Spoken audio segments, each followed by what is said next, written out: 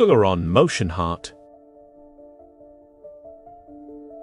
The village of Stillbrook nestled in the hollow of the silent hills, a place where the air felt thick, not with humidity, but with awareness. Everything grew in spirals here. The houses, the gardens, even the paths that wound through the village. The people of Stillbrook, all with eyes the color of moss, moved with a fluid grace, anticipating each other's steps. Each morning, they performed the bloom, a slow, communal stretching ritual, mimicking the unfurling of leaves, claiming it kept the valley fertile. It wasn't a forceful thing, more a yielding, a collective breath.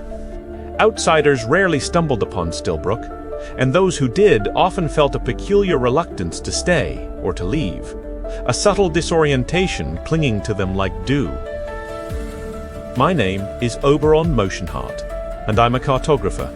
Though sensitive cartographer is probably more accurate.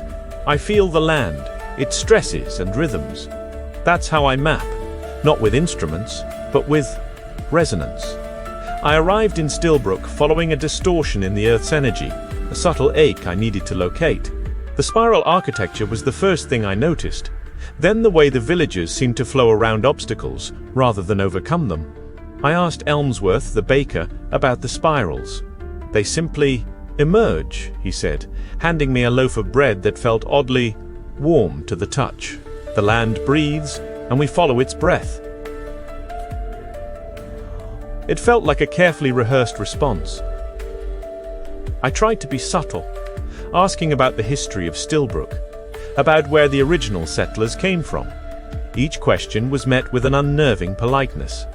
Old Man Hemlock, the village elder, simply smiled and said, "Stillbrook has always been. It's a place of becoming, not remembering." When I asked about the lack of children, a palpable stillness descended upon the group we were with. "Children are absorbed into the rhythm," Hemlock explained, his gaze unwavering. "They become part of the bloom." They weren't avoiding my questions precisely. They were redirecting the flow like water around a stone. I began to notice things, small, fragmented inconsistencies, a faded patch on the village wall that shouldn't have been there, a single withered leaf amidst the vibrant foliage, a child's drawing, quickly hidden. Quickly hidden figures being folded into the earth. I found a half-buried stone tablet in the woods, covered in swirling symbols that resonated with a deep, unsettling energy. The symbols weren't ancient, they felt, grown, like petrified vines.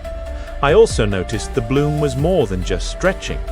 It involved a subtle pressure, a gentle molding of the body, almost as if they were reshaping themselves to fit the spirals. And the bread, it wasn't baked, it was cultivated. The bloom wasn't about fertility, it was about integration. I watched, hidden, as the villagers performed the ritual, their movements becoming increasingly synchronized, their bodies yielding to the gentle pressure. The pressure wasn't applied by each other, but by the earth itself.